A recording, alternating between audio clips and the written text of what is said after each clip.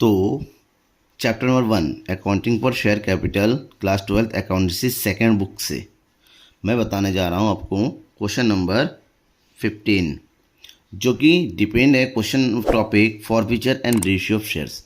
सबसे पहले क्वेश्चन पढ़ लेते हैं कि क्वेश्चन में क्या कहा गया है, क्योंकि ये ओवर सब्सक्रिप्शन का क्वेश्चन है तो क्वेश्चन को समझना जरूरी होता है। पहले कोई भी क्वेश्चन सॉल्व करने जा रहे हैं, पहले क्वेश्चन की लैंग्वेज में पूरा समझिए कि क्वेश्चन में आखिर कहा क्या जा रहा है। That is Himalaya company limited issued for public subscription of 1,20,000 equity shares of 10 each at a premium of 2 per share payable as under.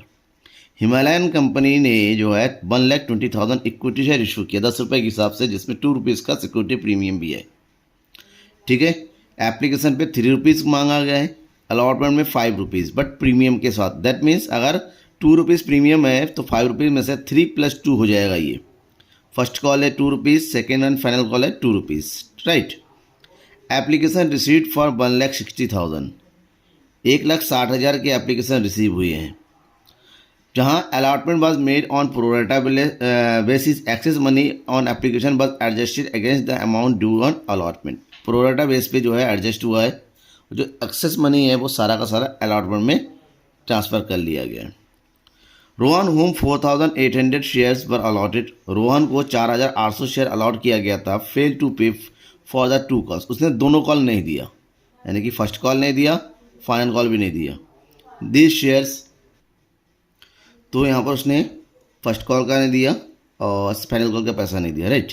This share was subsequently forfeited, इस शेयर को फॉरफिट कर लिया गया। सेकेंड कॉल वॉज मेड, जब पूरा complete हो गया।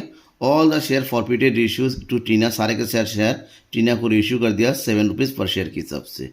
Record journal entries show the transaction relating to share capital in companies balance sheet. आपको जर्नल एंट्री करना है, साथ ही साथ कंपनी का बैलेंस शीट भी प्रिपेयर करना है।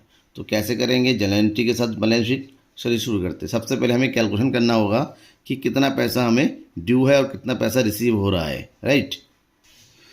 देन कंपनी ने जो है 4 किस्तों में पैसा मांगा है। दैट इज एप्लीकेशन पे मांगा है कितना, 3 रुपीज़, अलॉटमेंट में 5 रुपीज़, दैट इज 3 + 2।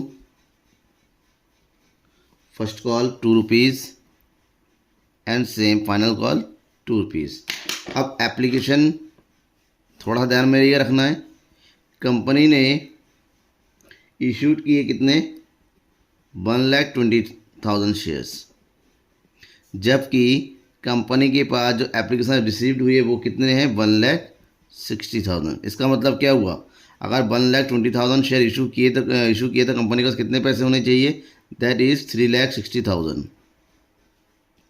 ठीक है, लेकिन दिक्कत यह है कि कंपनी को अमाउंट रिसीव हुई है 4,3 4,80,000। इसका मतलब ये हुआ कि जो ओवर सब्सक्रिप्शन हुआ ये है 1,20,000 का। इतना पैसा उनके पास ओवर आया हुआ है। अब जो ओवर पैसा प्रोरेटा बेसिस में अलॉटमेंट में एडजस्ट किया गया है, तो इधर अलॉटमेंट में कितना पैसा आना है, 1,20,000 के हिसाब से देखते हैं। तो 1,20,000 के हिसाब से देखिए तो कंपनी को जो अमाउंट पैसा मिलना चाहिए 1,23,360 और प्लस 2 रुपीज़ का प्रीमियम है, दैट इज सिक्योरिटी प्रीमियम का 240, यानी यहाँ पर मिलेगा इसको कंपनी को 6 लाख, और 6 लाख में से 120 ऑलरेडी एडवांस में आ चुका है जो एडजस्ट किया था। दैट मीन्स कंपनी को यहाँ रिसीव होना है 4,80,000 रुपीज़। ठीक है, समझ में आ गया। ये हो गया ये वाला एडजस्टमेंट। फर्स्ट कॉल में 120 × 2 यानी कितना पैसा मिलना है, 2,40,000, और फाइनल कॉल में भी 120 × 2 दैट इज 2,40,000। अब लेकिन बात ये कहा गया है कि एक शेयर होल्डर था जिसके पास 4,800 शेयर अलॉट किए गए थे। कितने, 4,800। उसने फर्स्ट कॉल का भी नहीं दिया, फाइनल कॉल का भी नहीं दिया, इनकी दोनों 2-2 रुपये स्किप से है। × 2 इसका मतलब हुआ 9,600। उसने फर्स्ट कॉल का नहीं दिया और साथ ही साथ फाइनल कॉल का भी 9,600 नहीं दिया। तो जब नहीं दिया तो अकाउंट एक्चुअल में कितना अमाउंट रिसीव हुआ, 0,04032, 2,30,400। यहाँ पर भी हो जाएगा 30,400। अब जिस बंदे का ये शेयर था उसको फॉरफिट कर लिया गया है। क्या क्या लिया गया है? फॉरफिट कर लिया गया है। तो फॉरफिटेड अमाउंट कितना होगा? उसने अलॉटमेंट का पैसा दे दिया, एप्लीकेशन की पैसा दे दिया, तो 3 + 3 यानी कि 6 रुपीज़ दे दिया। इसका मतलब हुआ 4,800 मल्टीप्लाई बाय 6 इक्वल टू 28,800 उसका जमा हो गया और इसी पैसे को फॉरफिट कर लिया गया है। अब हमें क्या करनी है? General entry. सारी कैलकुलेशन होने के बाद जनरल एंट्री निपटाना है। जनरल एंट्री शुरू करेंगे एप्लीकेशन मनी रिसीव करने से। तो पहली एंट्री हो जाएगी equity share, sorry, amount receive करने की पहली एंट्री करेंगे bank account debit to equity share application account. Total amount कितना रिसीव हो रहा है? 4,80,000, ठीक है ना। 4,80,000 की एंट्री करेंगे हम। 4,80,000 और अमाउंट रिसीव हो गया तो इसमें लिखेंगे application money received for 1,60,000 shares at the rate of ₹3। अब इस मनी को ट्रांसफ़र करेंगे शेयर कैपिटल में। तो ये हो जाएगा equity share application account debit to equity share capital account. Amount total receive हो गया 4,80,000, जिसमें शेयर कैपिटल में ट्रांसफ़र होना है 3,60,000 जो एक्चुअल में है एप्लीकेशन का। 3,60,000 जो बचा है 1,20,000 वो चला जाएगा अलॉटमेंट में। That means equity share allotment account. Narration लिखेंगे इसका application money transfer to share capital and excess adjusted towards allotment. ये हो गया। अब अलॉटमेंट ड्यू की एंट्री करेंगे second equity share allotment account debit. अब अलॉटमेंट में कितना अमाउंट है? देखिए अलॉटमेंट में टोटल अमाउंट आएगा 6 लाख, ठीक है, ड्यू में, जिसमें 3,60,000 जाएगा शेयर कैपिटल में और 2,40,000 जाएगा सिक्योरिटी प्रीमियम में। तो ये हो गया 6 lakh to equity share capital account 3,60,000 और बचा 2,40,000, ये है सिक्योरिटी प्रीमियम का 2,40,000। Narration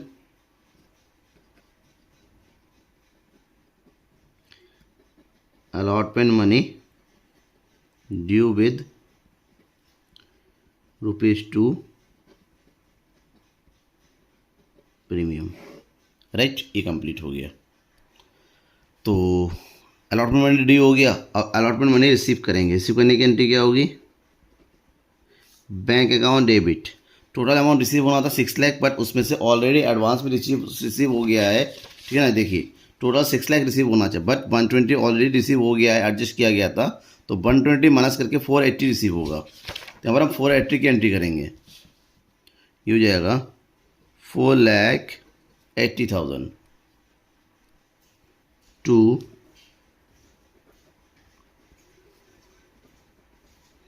equity share allotment account 4,80,000। Narration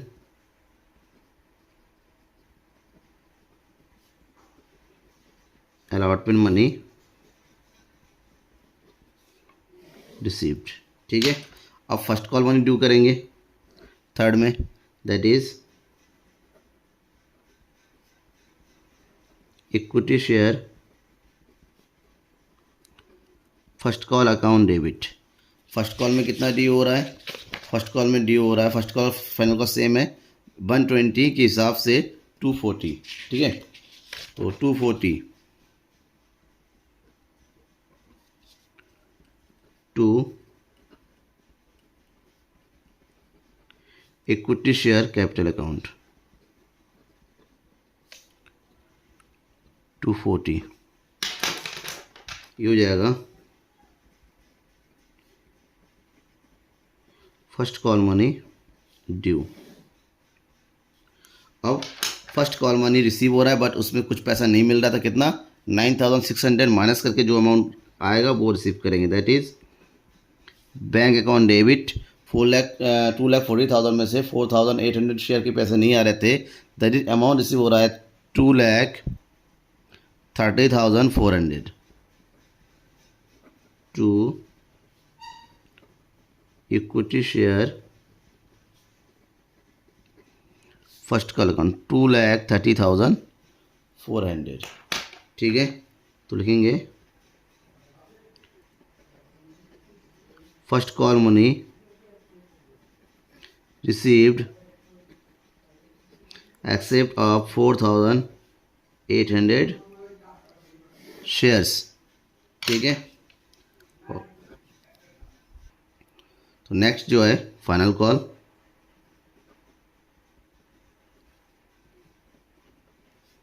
equity share final call account debit. यहाँ पर भी सेम अमाउंट है फर्स्ट कॉल की तरह 240 इक्विटी शेयर कैपिटल अकाउंट 240। तो लिखेंगे फाइनल कॉल मनी ड्यू, ठीक है। अब अमाउंट रिसीव करने की एंट्री करेंगे, that is bank account debit. यहाँ पर भी सेम अमाउंट रिसीव होगा फर्स्ट कॉल की तरह, क्योंकि यहाँ पर भी ड्यू है, पैसा पेमेंट नहीं किया है, to equity share final call account 2,30,400, ठीक है। ये हो गया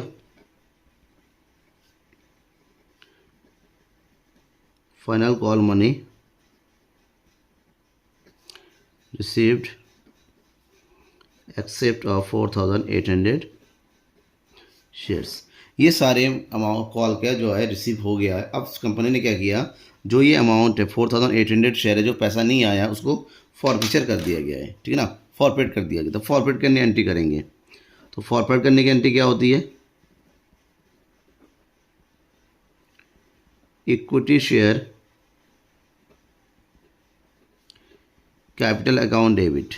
कितना अमाउंट होगा 4,800 मल्टीप्लाई बाई 10, दैट मीन्स 48,000, ठीक है। अब उसमें से to equity share first call का कितना पैसा नहीं आया, 4,800 मल्टीप्लाई बाई 2 9,600, और same equity share final call का भी सेम अमाउंट नहीं आया 9,600। जो टोटल अमाउंट आ चुका है उसको हम डालेंगे शेयर फॉरफीचर अकाउंट में। कितना पैसा आ गया है 4,800, 4 नहीं आया, 6 आ चुका है, दैट इज़ 28,800। इन सबका टोटल जो है 48,000 होना चाहिए। ऐड करके देखेंगे, ठीक है, एक बार आप। तो ये हो जाएगा 4,800 शेयर्स आर फॉरफिटेड, ठीक है। अब क्या किया जा रहा है, इन सारे शेयर को 4,800 शेयर को क्या किया जा रहा है, रीइशू किया जा रहा है। तो रीइशू में पैसा आता है तो रीइशू की एंट्री क्या करेंगे हम, बैंक अकाउंट डेबिट। सबसे पहले देखेंगे कितने में रीइशू किया है। 4,800 शेयर्स को रीइशू किया गया 7 रुपीज़ के हिसाब से। तो 7 रुपीज़ से मल्टीप्लाई कर देंगे तो यह आ जाएगा 33,600। बट ₹3 का लॉस हो रहा है। यहाँ पर जो लॉस होता है उसकी हम भरपाई करेंगे शेयर फॉरफीचर इस अकाउंट से जो हमने फॉरफेट कर लिया था। शेयर फॉरफीचर अकाउंट कितना 4800 मल्टीप्लाई बाई 3, तो ₹3 हमने वहाँ से वसूल किया। ₹3 वहाँ से वसूल करने से क्या हो गया, टू हमारे इक्विटी शेयर कैपिटल में पूरा अमाउंट आ गया। इक्विटी शेयर कैपिटल अकाउंट कितना पैसा आ गया, टोटल 48,000, राइट। तो ये हो गया 4,800 shares are reissued at the rate of ₹7। अब लास्ट में क्या हुआ, फॉरफेटेड जो अमाउंट हुआ था 28,800, उसमें से 14,400 हमने यूज़ कर लिया। जो बचा अमाउंट है उसको ट्रांसफ़र कर देंगे कैपिटल रिजर्व में। अब लास्ट एंट्री हो जाएगी शेयर